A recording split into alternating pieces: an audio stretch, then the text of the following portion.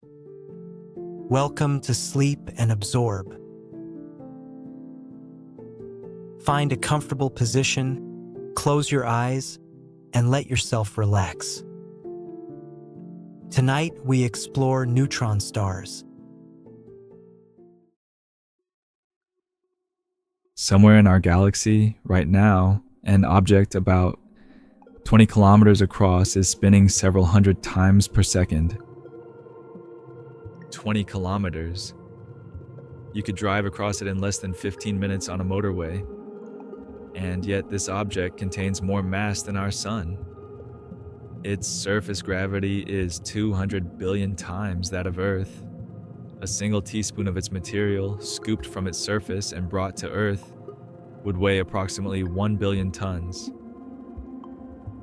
This is a neutron star, the compressed remnant of a massive star that has ended its life in a supernova explosion, collapsed by its own gravity to a density that strains the ability of physics to describe and the human mind to imagine. It is not the most extreme object in the universe. Black holes exist, and they are more extreme. But a neutron star is the most extreme object in the universe that is still, in some meaningful sense, a thing. An object with a surface, a defined boundary. A structure you could, in a thought experiment that ignores the small matter of being instantly killed by gravity and radiation, stand on. Tonight we explore neutron stars. What they are, how they form, what extraordinary phenomena they produce, and what they have taught us about the physics of matter at its most compressed. Let your breathing slow, and let the scale of what is out there settle gently around you. To understand a neutron star, you need to understand what happens at the end of a massive star's life. A star like our sun will die quietly, swelling into a red giant, and then gently expelling its outer layers into space, leaving behind a small, dense remnant called a white dwarf. This is a relatively gentle end as stellar deaths go, but stars more than about 8 times the mass of our sun die very differently.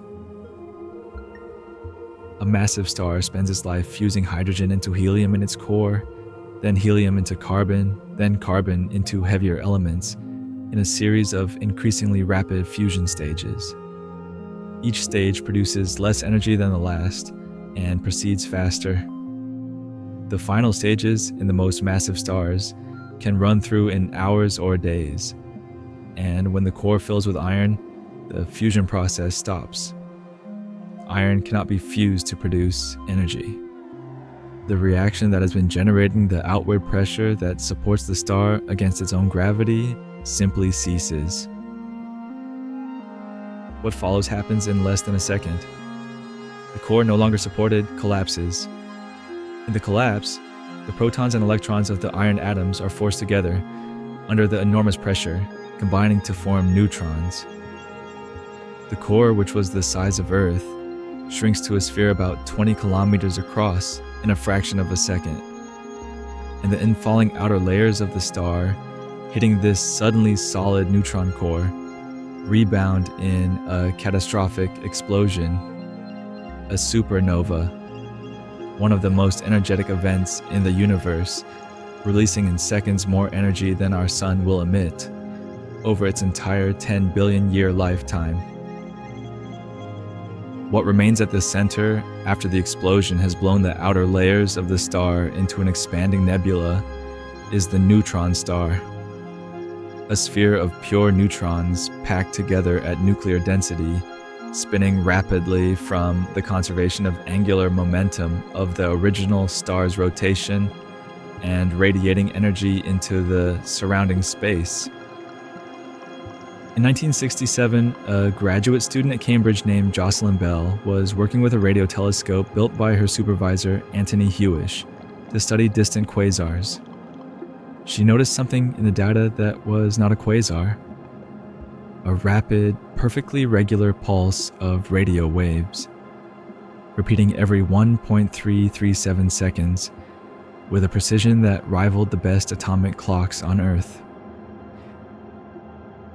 The signal was so regular, so unlike anything known to occur in nature, that Bell and Hewish initially designated it LGM1, Little Green Men, a half-serious acknowledgement that they could not immediately rule out an artificial origin. It was not little green men.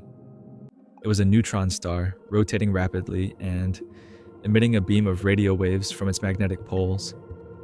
Because the beam swept across Earth once per rotation, it was detected as a regular pulse. It was the first pulsar. Pulsars are neutron stars whose rotation axes and magnetic poles are misaligned, so that the radio beam they emit sweeps across the sky like a lighthouse beam.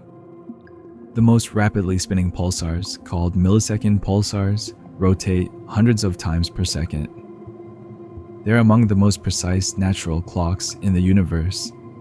Arrays of millisecond pulsars are now being used to detect gravitational waves passing through the galaxy by monitoring tiny variations in the arrival times of their pulses caused by the distortion of space-time as a gravitational wave passes. Magnetars are neutron stars with magnetic fields so intense that they represent another category of extreme entirely. A magnetar's magnetic field is approximately 1,000 trillion times stronger than Earth's magnetic field. If a magnetar were positioned halfway between the Earth and the Moon, its magnetic field would be strong enough to strip the iron from every hemoglobin molecule in your blood at that distance. They occasionally release bursts of energy, called starquakes, in which the crust of the neutron star cracks and shifts, releasing in a fraction of a second more energy than the sun emits in 100,000 years. Beyond their intrinsic strangeness, neutron stars have proven to be extraordinary laboratories for physics that cannot be replicated anywhere on Earth. The matter inside a neutron star exists at densities that cannot be created in any terrestrial experiment. Understanding how matter behaves under these conditions, what the equation of state of neutron star matter actually is one of the outstanding problems in nuclear physics. Different theoretical models predict different sizes and structures for neutron stars of a given mass, and observations of real neutron stars using X-ray telescopes and gravitational wave detectors are gradually constraining which models are correct. In 2017, gravitational wave detectors in the United States and Europe detected the gravitational waves produced by two neutron stars spiraling together and merging. The event, designated GW170817, was also observed across the electromagnetic spectrum from gamma rays to radio waves in the first true multi-messenger astronomical observation. The merger produced a kilonova, an explosion that synthesized heavy elements including gold, platinum, and uranium in quantities that stagger the imagination. The gold in your jewelry was almost certainly produced in a neutron star merger billions of years ago, distributed through the galaxy in the expanding debris of the explosion, eventually incorporated into the cloud of gas and dust that became our solar system. Somewhere in the Milky Way, a neutron star is spinning in the dark, 20 kilometers across, more massive than the sun, spinning hundreds of times per second. Its surface crackling with a magnetic field of incomprehensible strength. Its interior a state of matter that exists nowhere else in the universe that we know of. Something vast and cold and dense, going about its business in the dark between the stars, entirely indifferent to whether anyone is watching.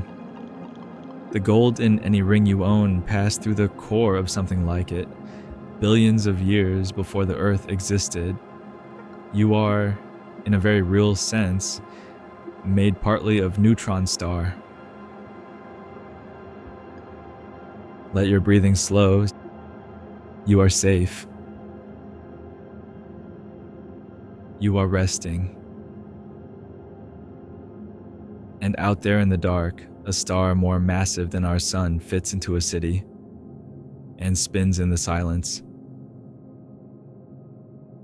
as it has always done. Good night.